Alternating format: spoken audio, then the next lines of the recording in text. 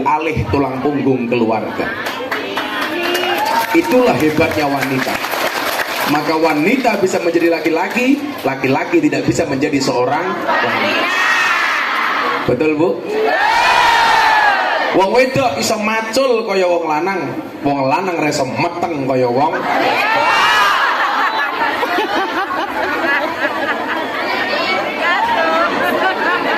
Telat baleni.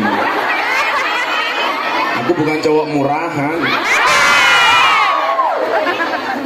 Perempuan dalam 1 detik bisa melakukan banyak aktivitas. Tangane iso ngedusi anake, cangkeme iso ngonek-ngonekke bojo.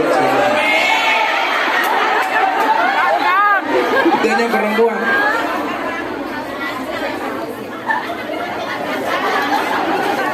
Pokoknya antara tangan, kaki, mulut dan lain-lain bisa dalam satu kesatuan.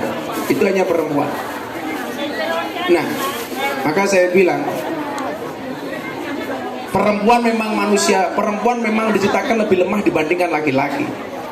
Tetapi laki-laki tidak mungkin sekuat itu bila tidak dibantu oleh perempuan. Coba kita lihat, kalau Anda rumah tangga di rumah, kira-kira yang lebih bangun lebih pagi biasanya suami apa istri? Yang tidur terakhir suami apa istri? Perempuan tuh keren, bangun paling pagi, tidur paling malam. Begitu baru bangun langsung yang dipikir dapur, cetek, geni. Ya. Begitu selesai baru membangunkan suami. Bangun. Iya mama. Mama tadi berbuat apa? Cetek geni papa.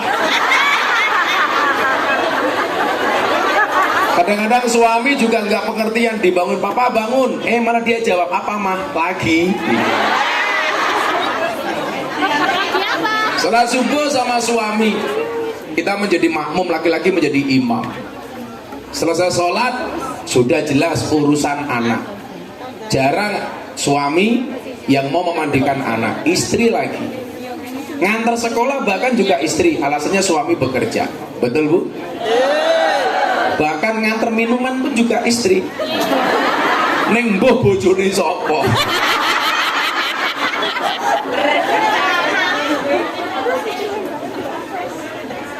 Bojone tanggane. Nyilih matamu nyilih. Bojo nyilih.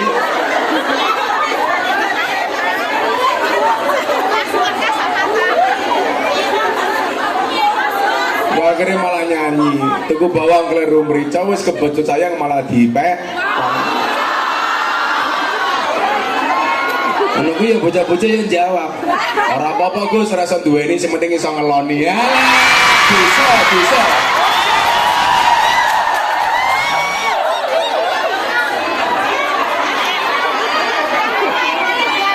Cuaksem. Saya mau berbicara betapa hebatnya perempuan.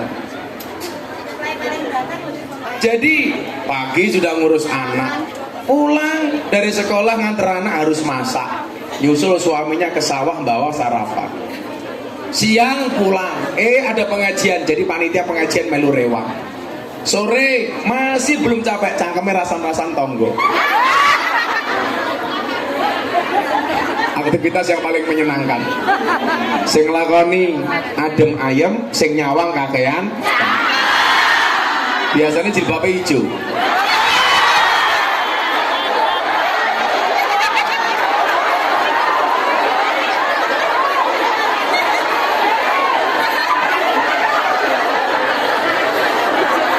Kalau jilbabnya hitam jelas lebih parah.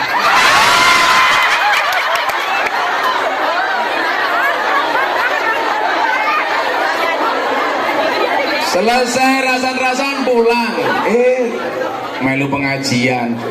Mulai ke rumah ngancani anake sinau.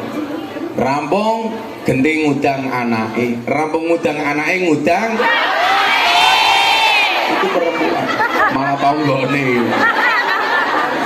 Nah, maksud saya adalah bahwa peran Anda itu luar biasa sebagai seorang wanita. Bagaimana kemudian Al-Quran menggambarkan begitu pentingnya perempuan. Buktinya apa? Ada surat An-Nisa, nggak ada surat Ar-Rijal. Surat wong wedok, ana surat wong lanang.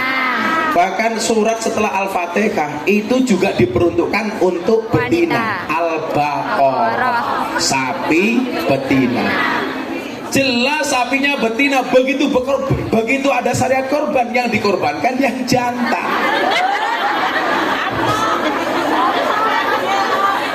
Begitu luar biasanya Tuhan itu membela perempuan. Suratnya Al-Baqarah, tapi begitu dikorbankan jantan. Padahal suratnya sapi betina. Pertanyaannya, kenapa hewan kurban harus jantan? Jawabannya sederhana.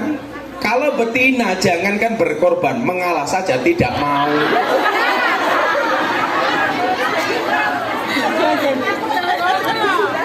Klaster terkuat di muka bumi adalah emak-emak. Naik motor tanpa rating belok kanan. Sudah rating nggak belok-belok. Ini manusia paling susah ditebak adalah emak-emak. Makanya tadi pagi saya bilang toh, kenapa perempuan itu tidak punya hak untuk menceraikan suami? Karena perempuan itu didominasi 86% menggunakan perasaan. Kalau perempuan punya hak mencerai, akan semakin banyak keluarga yang bercerai. Karena menggunakan perasaan, didik-didik baper, pegat kue mudar aja. Beda dengan laki-laki, kenapa dikasih fasilitas untuk mencerai? Karena laki-laki dominan pikiran 86%. Jadi kalau mau menceraikan istri itu pikir-pikir, waduh jen bojoku cerewet, tapi lah golek bojo koyo ngene yo angel. Kalau ibu-ibu di sini Anda pilih mana? Suaminya nikah lagi atau suaminya stroke?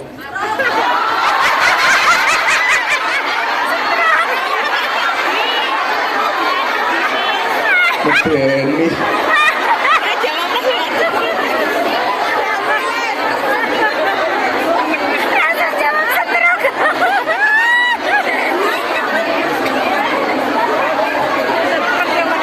Mungkin mikirnya dia begini, kalau suami nikah lagi yang sakit aku, Gus. Kalau suami stroke sing lorot cangkeme bojoku dhewe. Nah, maka agama itu didesain begitu indah, sehingga saya mengatakan apapun problemnya, ingat agama itu solusi, bukan problem. Sehingga segala sesuatu itu bisa ditemukan jawabannya dalam agama. Kok hidup saya nggak dapat jawaban, Gus? Barangkali Anda yang tidak nyaman beragama. Saya sering mengatakan apa? Sujudmu terburu-buru, mohon maaf, permintaanmu beribu-ribu, tapi sujudmu terburu-buru. Permintaanmu bukan main, tapi sholatmu main. Allah memberikan segalanya, tapi ibadahmu semaunya. Nah, disitulah kemudian dalam bekerja saya punya prinsip: tekati, telateni, tekuni. Kalau nggak nekat, nggak mungkin Anda sampai Hongkong, betul? Mungkin ini kalau disuruh curhat 1000 cerita ketika mau berangkat ke sini. Ada yang berangkat ke sini kenapa? Karena broken home. Betul? Ada yang berantem dengan suaminya. Ada yang karena dibully sama tetangganya. Ada yang ingin membuktikan kepada kedua orang tuanya. Betul? Dengan segala latar belakangnya. Makanya nekat, saya harus sukses berangkat. Tapi ingat, jutaan hadis menurut Imam Abi Dawud itu hanya dirangkum dalam 4 hadis saja. Artinya kalau kita paham 4 ini, Anda keren. Tolong diajari saya, jangan lihat cincin saya. Pamer, copot. Muka-muka keri, tinggu meneh. Gue larang cincinnya daripada amplopnya.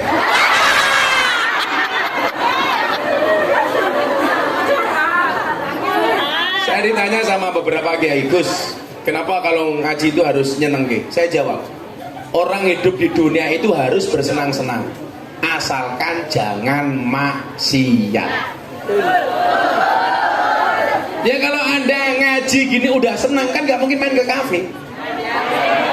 Kenapa banyak orang lari ke kafe? Ya karena dia tidak menemukan kesenangan di tempat pengajian. Makanya kenapa dinamakan dunia hiburan malam, karena mereka datang cari hiburan. Pertanyaan saya, orang yang datang ke kafe, ke karaoke itu orang susah apa orang senang? Susah. Orang susah mencari kesenangan di dunia hiburan malam. Pertanyaan saya sederhana, kenapa mereka mencari hiburan di dunia malam? Karena mereka tidak pernah menemukan kesenangan di pengajian. Makanya senang-senang itu boleh, ya nggak boleh bermaksiat. Contoh, saya bisa merasa senang Gus kalau saya jatuh cinta sama suami tetangga saya. Lah, itu senang tapi maksiat. Ada yang seperti itu? Ada. Wong ya kok. Ya melung guyu. Rata-rata jilbabnya coklat.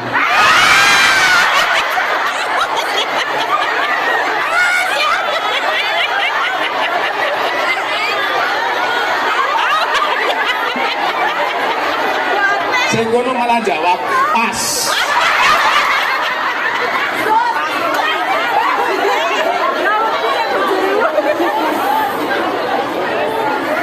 Makanya orang bekerja itu kadang-kadang harus nekat. Kalau dulu saya tidak nekat ke lokalisasi, ya mungkin saya tidak pernah merasakan indahnya hari ini. Mungkin bahasa yang paling sederhana adalah yang sering Anda dengar di TikTok itu. Jika kamu yakin akan ada pelangi setelah hujan, maka kamu harus yakin akan ada kebahagiaan setelah perjuangan. Betul? Kamu tidak akan pernah melihat indahnya pagi kalau tidak melewati gelapnya malam. Alah telat balen juga. Mesti miskin kuota kamu.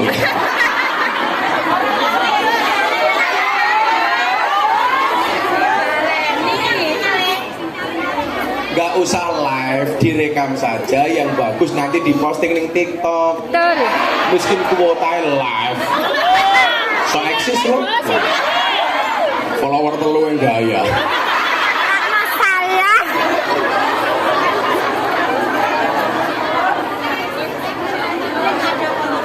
Jadi harus nekat. Nabi Muhammad berhasil seperti hari ini sampai kita merasakan keberhasilan Nabi ya karena beliau nekat. Nekat apa? Berselisih dengan kaumnya yang sebelumnya kaumnya menyembah berhala Lata Manat Uzza, kemudian mendapatkan wahyu dari Allah sehingga kemudian melawan kepercayaan kaumnya. Ini kan nekat. Kalau nggak nekat, nggak akan kita merasakan keindahan Islam hari ini.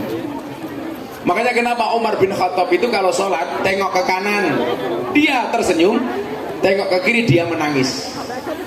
Tengok ke kanan dia tersenyum. Ingat dulu zaman jahiliyah dia nyembah berhala Lata Manat Uzza. Berhalanya ini dibuat dari kek, dari roti. Selesai disembah dimakan. Lah Umar tersenyum, tahu nguntal Gusti.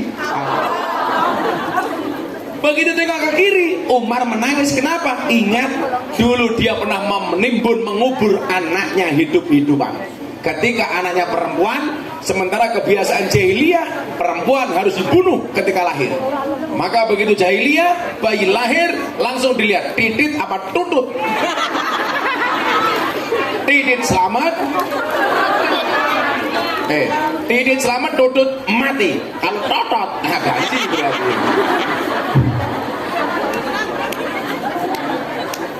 Makanya Umar menangis. Nah, arti dari rahmatan lil alamin sendiri itu apa coba? Rahmat itu kan artinya kasih sayang. Kalau orang memberikan kasih dan sayang, itu jelas dia harus seneng dong. Masa rahmatan lil alamin kok susah, dari mana? Makanya nggak ada aturan Islam yang membuat susah, itu tidak ada. Contoh Anda berjilbab. Berjilbab ribet Gus, kami jadi sumuk. Coba kalau Anda nemu permen di jalan, kira-kira mana yang Anda pilih? Permen yang masih tertutup apa permen yang sudah terbuka? Tertutup. Nah Bu, yang masih bungkusan. Kalau kamu nemu pisang di jalan, pisang masih utuh dengan kulitnya atau pisang yang sudah terbuka? Tapi tergantung, kalau suami yang sunat sama tidak sunat, pilih mana? Ayo. Suami yang sunat seperti pisang yang sudah dibuka, suami yang tidak sunat seperti pisang utuhan. Makanya kalau suaminya belum sunat, saya sarankan sunatnya di Kabupaten Jepara. Bentuknya pasti bagus, ukir-ukiran.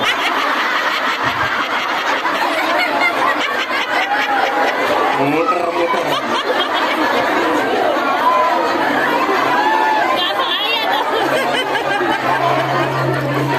Kowe malah bayangke barang iki ya ngopo?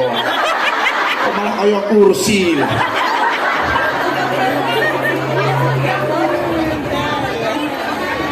Kalau kemudian hidup kita mau senang, ya carilah teman yang menyenangkan.